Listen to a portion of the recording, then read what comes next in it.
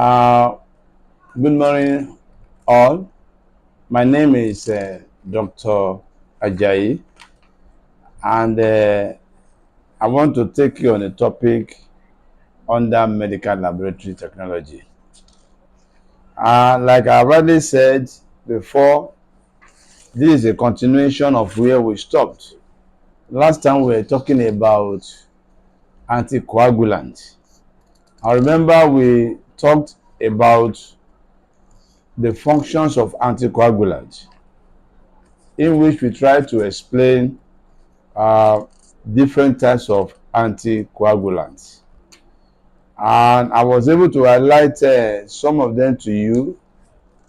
Like I gave you oxalates, I gave you citrate, I gave you sequestrin, I gave you heparin, and I talk about oral anticoagulant.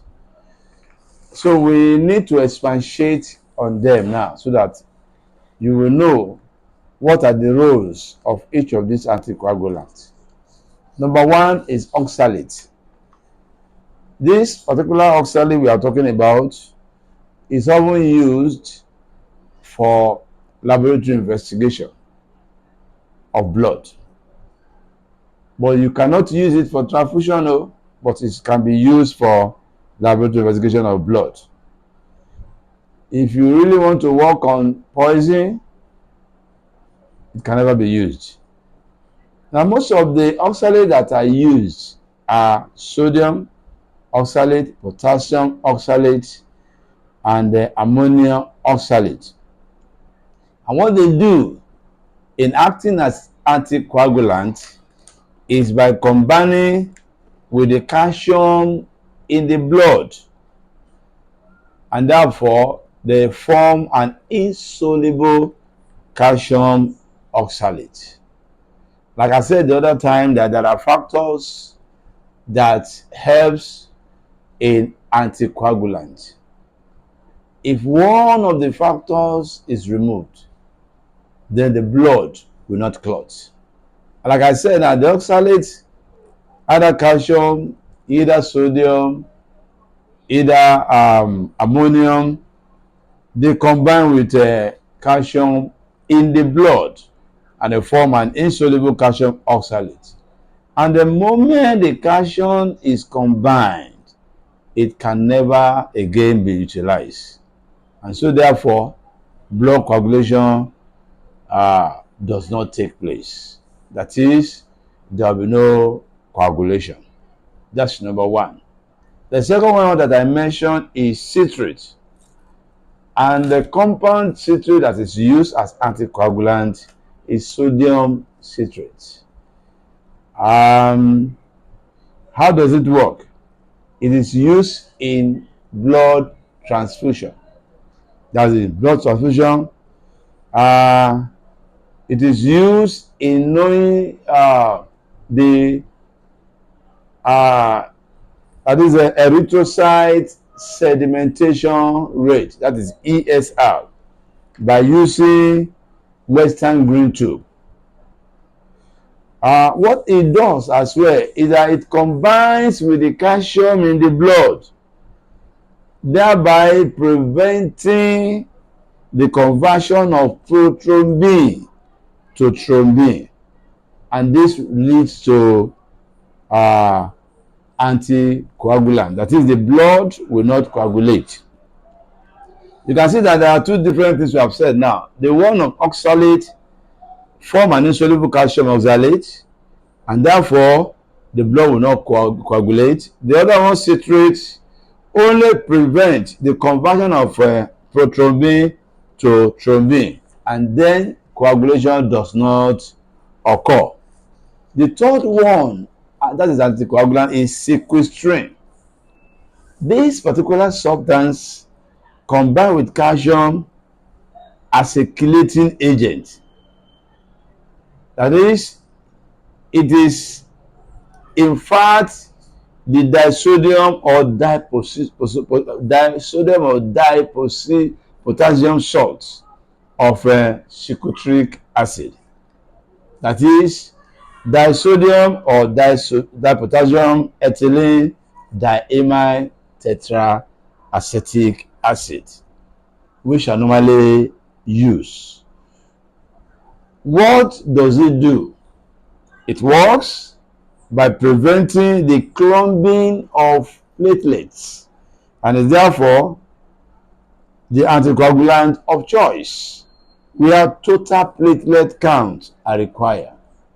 It doesn't allow the platelets to clump, and so therefore it can be used to know the total platelet counts whenever it is necessary. The fourth one is heparin. This substance is believed to inactivate thrombin by preventing conversion of fibrinogen to fibrin. You know, it is thrombin that help fibrinogen to be converted to fibrin. So once thrombin is inactivated, fibrinogen is prevented from being converted to fibrin. We have red cells are altered, they are unaltered by the action of heparin. And it is a useful but very expensive anticoagulant to use.